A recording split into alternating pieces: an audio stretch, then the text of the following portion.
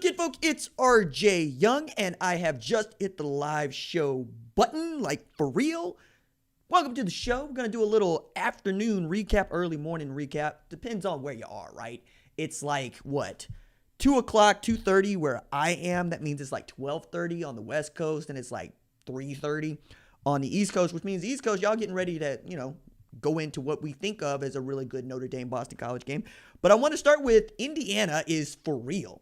24-0, they whipped the Michigan State Spartans, who once upon a time beat an actual football team, like with pads and helmets.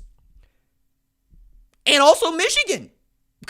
Michigan's with Wisconsin tonight, and now we got to ask the real question about how bad is Michigan. I wrote a piece for FoxSports.com about Michigan and the need for Jim Harbaugh to get a win against this Wisconsin team. Number one, because they got a number next to their name. And number two, because you really don't want to go 1-for-3 to start this abbreviated Big Ten season. It's not a good look. But for Indiana, they are for real. 4-0 and charging at Ohio State the way that we thought Penn State or Michigan would be charging at Ohio State. Michael Penix goes for 25-38, 320 yards, 2 touchdowns, 2 picks. But the story was Michigan State and the 4 takeaways.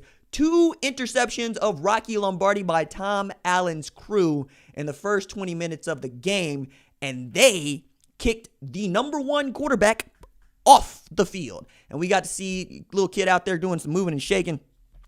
I don't know what exactly we're going to do with Peyton Thorne except compare him to Rocky Lombardi, because I had to listen to Dave Pasch and Greg McElroy try to cape for Michigan State quarterbacks, likes of Connor Cook and Kirk Cousins, and I'm like, nah, man, I don't really see it that way. I don't know of Michigan State as being this kind of place where they just pump out quarterbacks. It ain't been that. It's been Mark D'Antonio's defense. And if anything, Le'Veon Bell has been the best player to come out of there of recent note. And you can go back wide receivers. You can talk about Muhsin Muhammad. You could talk about, Plaxico Burress, right? But you're not really going to talk about the quarterbacks. And for that matter, you're really not going to talk about the defense here of late, which is really what we thought Michigan State was all about. I thought it was interesting that Tom Allen, head coach of Indiana, told Holly Rowe that he fashioned himself and that football team in Indiana after what Michigan State had become. Also leads me to this. Michigan State has played in a college football playoff. Michigan is not. That's what I'm getting at. Michigan is not. Like, this is more insult to injury for Michigan. And after Iowa stomped a mud hole in Minnesota and walked it dry, that win doesn't even look good, because now we're talking about PJ Fleck, and the row the boat folks need to invest in some Flex Seal. It's just not going on very well. Indiana also going into a week in which Ohio State really wanted to have a ranked Indiana. They didn't know they wanted a ranked Indiana, but their schedule is looking super soft up until and after Indiana with the loss of this game against Maryland, when we thought they might get tested. Felt like it could be a trap game with the way that Taulia Tagovailoa had been playing, Raheem Jarrett, Jake Funk, and that defense kind of finding itself. But now we get to see what I think is going to be a top 10 ranked Indiana, hard charging at the Buckeyes, who feel like one of the 3 best teams in college football, but now they have an opportunity to prove it. I'm not going as far as to say Indiana's going to beat Ohio State, but now Ohio State gets to hold up a pelt that is a top 10 ranked opponent in the middle of the season in a way that, say, Clemson might not, right? Like Miami looking real suspect against Vatech. And to date, that's kind of like your best win, right? Notre Dame gets Boston College team that went up by 18 against the same Clemson team that they beat. So they need to go and beat BC to keep things rolling for themselves and to make this college football playoff scenario interesting. Also sneaky in here is Indiana has ranked as high as number 4 in the country. Got to go back to 1967 for them to do that, but you understand now what they are chasing, because if they beat a number 3 ranked Ohio State, they're going to be ranked one of the top 4 teams in the country. It's going to happen, especially after the way that they beat a formerly top 10 or top 25 Michigan team, right? And the way that they stomp a mud hole in every opponent they faced. And the way that we're looking at Nebraska and Penn State, and the way that Nebraska looks like it's imploding. Last time I checked, Penn State was charging, looking to tie the game up with just under a minute left to play. They held off Penn State, Nebraska wins 30-23. Late charge. Will Levis coming in there. 219 yards passing, 14-31. No TDs, no picks. Luke McCaffrey leads leads the quarterback play at Nebraska with 152 yards. It also gives me an opportunity to tell y'all that Ty Freifogel is actually the truth. That dude had more receiving yards than TCU or Penn State or Nebraska in the game against Michigan State today. Ty Freifogel is actually making one of those all-name type comparisons along with Watt Fillior, who's on his team. And then you got Thomas Allen, who was carted off, son of Tom Allen, heart, soul of defense. You saw how many players came up to him to wish him well. And what I hope is not a season-ending injury for him, but certainly looks bad. Also learned that Tom Allen is on tilt all the time. Called himself naturally caffeinated when talking with Holly Rowe. Also the kind of dude that has picked up a black eye, a gash in his cheek, and missing teeth for his celebrations with his players because of some of the plays that they have made, particularly on defense. I like that. I like that a lot. I also like the idea of a basketball school showing out in a real way, headed to what, is a matchup against the football school in that region. Like the Big Ten Conference and Ohio State football go hand in hand. And for Indiana to be there for something other than basketball, I'm here for it. I also want to see Michael Penix Jr. have an opportunity to match up against what I think is the best quarterback in all of college football in Justin Fields, because nobody has been on his level to date. I mean, that dude still has more touchdowns than incompletions and just as many passing touchdowns as incompletions through, well, not that many games of the season, but enough of the season for us to really make a characterization that Justin Fields is one of the best college football players in America, if not the best. I want to do a short shout out to the chat, those of y'all that showed up in here to say what's up. Trevor Emmerich's in here. Lindor's in here. August Person is in here. Brendan Ludlow, longtime friend of the channel. Truett Meyer was good. Ruku was good. Tommy Reimers. I want to make sure I get that right, as my man is a member of the channel. Eric was good. Jordan B was good. Adams Apple. Okay, all right. I see that. We got one dude coming through here with Jenna James. I can't get it like that, dog. RJ, who is going to be the next Michigan head coach? Like, there's actually a really good conversation to be had about that, because like I said, I wrote a piece about this on foxsports.com. You should go check out. But I think the next coach is Jim Harbaugh. Their team is very young. They lost 10 guys to the NFL draft, 3 on the offensive line, 2 at linebacker, 2 in the secondary. Like, they're growing up in front of you, and they have an opportunity to be really great next year. That said, they were supposed to be really great last year, and we're in year 6 going into year 7 as Jim Harbaugh makes about $8 million to coach that football program. So we'll have to wait and see, man. Like, if they beat Wisconsin, I think that's going to quiet down the rumors. They lose to Wisconsin, it's just going to keep going. There are folks that want to tell me that Luke Fickell would never look at that job if it became open, to which I would say Bo Schembechler was an assistant for Woody Hayes at Ohio State before he became the head coach at Michigan, for those of y'all that think that the former Buckeye would never do that. Plus, Marcus Freeman is still defensive coordinator at Cincy, and I would love for Marcus Freeman to get a shot as a head coach, whether it be Group of 5 or Power 5, just make the leap. He turned down a job at Michigan State, but I think that's because he was waiting on a better gig to come available. So we get Nebraska dropping Penn State to 0-4. I can't wait to see the note on how long it's been since Penn State was 0-4, and we're looking at Penn State perhaps being 0-6 through this year, and James Franklin would surely get fired. Like, if he doesn't already feel like he's on a hot seat, that he's definitely on a hot seat. I did not have James Franklin as one of these dudes that I needed to worry about getting fired to go into the season, right? We thought that people would not be able to come up with the buyout money for their head coaches because of COVID-19 and what it has done to the bottom line of every single university on the face of the planet. We have some universities that have already said we've lost $30 million due to this. We need to play as many football games as we can. But rich people seem to find a way to diversify their funds in such a way to fire a head coach. They don't want that head coach to be there anymore. And it's not just that Penn State is 0-4. It's that Penn State has not a single commitment from the top 10 players in the state of Pennsylvania in the 2021 class. Like, it just continues to build on James Franklin, and this dude coming from Vanderbilt that a lot of people didn't like, I like. It's also wild to think that James Franklin was once one of the hottest names in coaching, so much so that there were folks that were like, why don't you just get him over there at USC? And now everybody's back on the Urban Meyer tip, not just because Urban Meyer has won national championships at Florida and Ohio State, but because he did a really cool segment on Big Noon Kickoff earlier today where he said, look, there are no such thing as bad players.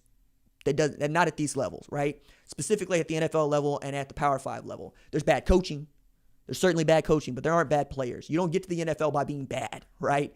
We always make this thing about the players, and I've always been positive about the players because I believe the players make the game. Coaches don't make the game. Coaches make players better for the game, but players make the game. So I think there's a lot of people that would love to see him get a shot at Texas if Tom Herman were to get bounced, right? The one thing that people are not actually in on is Urban Meyer going to Michigan. I'm with that too. That man feels just a little too tied to Columbus, having a restaurant there, having his family there. I think if he does take another head coaching job, it might be SC, it might be Texas, but the SC job and the Texas job would first have to come available, and at least down in SC, they're undefeated with an opportunity to go to 2-0 today against Arizona in the afternoon matinee. Yesterday, Cincinnati put it on East Carolina 55-17 as Luke Fickell is very much hunting a college football playoff spot. I find that to be one of the more fascinating conversations that are being had where these group of 5 teams are not actually getting an opportunity here because their schedules don't actually line up with being one of the toughest schedules in college football because they don't play in a Power 5 league. That said, Cincinnati's taking it into their own hands saying if we skull drag everybody that we play, we are acting like a Power 5 team in a group of 5 conference. So they are running it up. Like last night, they ran a fake punt up 32 to try to go get more points because Luke Fickell is chasing it. He wants to be the first group of 5 team invited to the college football playoff. And if Notre Dame beat Clemson, we're probably looking at that in the college football playoff if they beat them in the ACC championship game. They got to do it back to back, right? We're also really in this weird place where Indiana is going to be vying for one of those spots, if not a New Year's Six spot, then a really good bowl game in which I would love to see them play. Probably the Pac-12 runner-up, right? If nothing else, I thought that would be a really good game.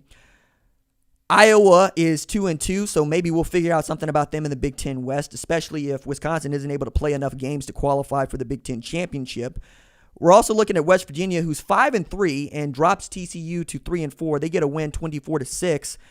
And I'm not sure what to make of the Big 12 conference except that Oklahoma is going to be Oklahoma even in a bad year.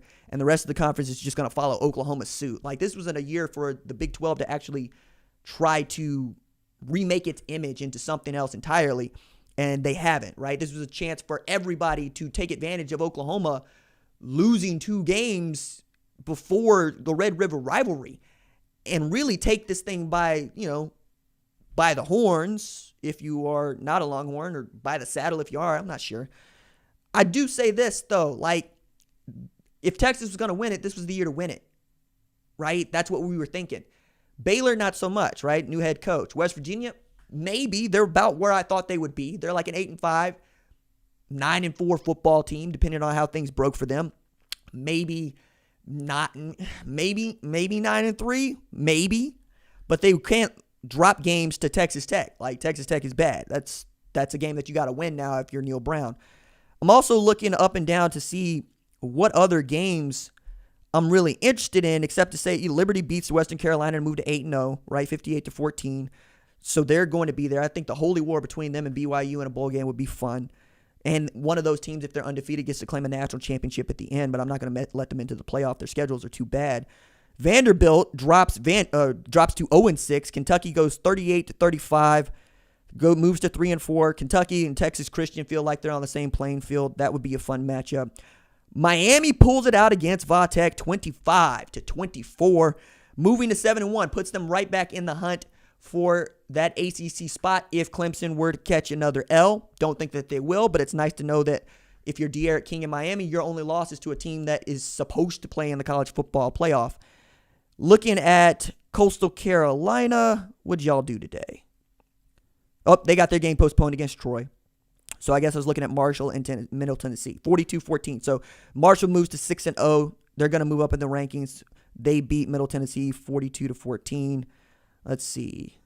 I'm trying to make sure I get all the big games in here. Oh, North Carolina comes back. 59-53, they beat Wake Forest. I looked at that game, and I said that Mac Brown needed to apologize to Mark Morrison while he was in the Uber that you knew he was going to take in the fourth quarter. Obviously did not take that Uber, and obviously they came back and won that football game. Florida Atlantic moves to a quiet 4-1. 38-19, they beat Florida International. Butch is going to get fired at Florida International, man. They're 0-4. Yikes. Boise State has been Boise State. Stay Boise State. Last night, 52-21, they get the W. Or was that Thursday night? I get the days mixed up because we're moving games all around all the time. Going to take a few questions from the chat here before we wrap up the 15, 20-minute live stream we want to do in the afternoon. Be back this evening to talk about probably Notre Dame, Boston College, maybe USC, Arizona. RJ, if OSU loses next week to Indiana, are they out of the playoffs? Yes. Yes, they are. They're out of the playoffs because Indiana would assume that number one spot that they already have now, because they're number one in the Big Ten East because they played more games, 4-0 versus 3-0, to play in the Big Ten Championship. And I think you would have to win the Big Ten Championship if you're Ohio State to make the college football playoff this year, because outside of Ohio State, everybody else not named Indiana, Northwestern, and Purdue is bad, right? And I don't think that anybody's going to hold up Purdue or Northwestern as classes of college football, right? You're going to need that Big Ten championship if you're OSU in this year, if for no other reason than the rest of your conference is trash. It's like being Oklahoma the last couple of years. You got to be able to win the Big 12 championship, and you have to be able to do it with some level of style for us to admit you. And that Big Ten championship or that Big 12 championship has been the difference. I mean, think about Ohio State in 2018. They won the Big Ten championship. They still didn't make the playoff over Oklahoma because they got skull dragged by Purdue. You can't lose to, one, a Big Ten West team, and two, you certainly can't do it without winning the Big Ten championship. So I think they got to beat Indiana. It's a must-win game for them. Let me see. I love the Cincy fake punt. It looked an attempted block, audible call on the field from Mark Robbins. No, okay, all right. Let's see what else we're getting here. Trying to see. Corey Karhoff jumping in here. What's up, man? Maryland ain't too bad. They looked awful to start the season, though. I mean, they got destroyed by Northwestern, which I did not see coming. So I'm not sure what to make of Northwestern, but I know that they got a big game today. We'll see how that goes for them. Probably talk about them in the nightcap here a little later. Cougar UP says James Franklin is gone. I don't see it that way, but we'll wait and see. We'll see what happens there. Michigan needs this win today. Yes, that's what I wrote about. Like, Harbaugh has ranked as highly as number 5, I believe, in the composite recruiting rankings, and his low is 37. He's not taking advantage of what I thought was a down year a couple years ago, with Ohio State finishing at number 14 in the rankings. They were supposed to be great next year. They're supposed to be great the year before. We'll see how it goes for them, man. I'm not entirely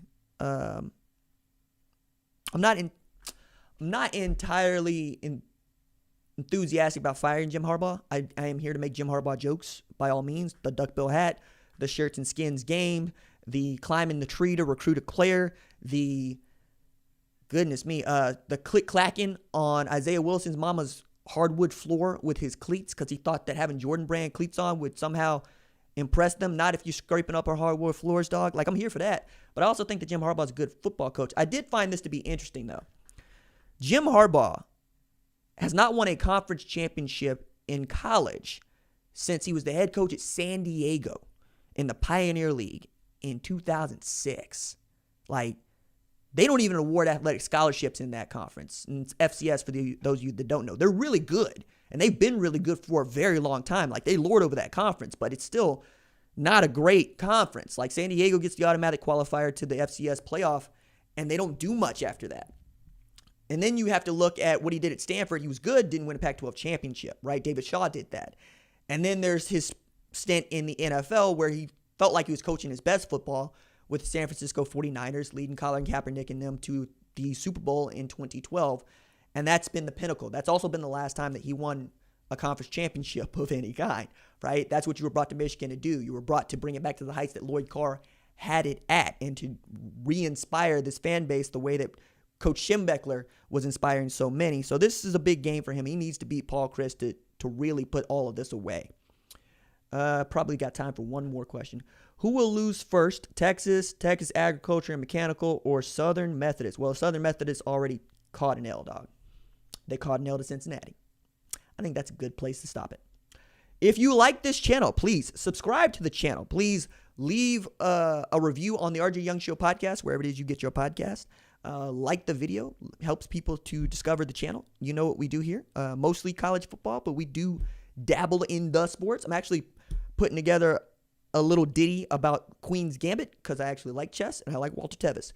So if you're down with that, let me know. If you're not, keep it to yourself. I'll catch y'all in a few hours. Deuces.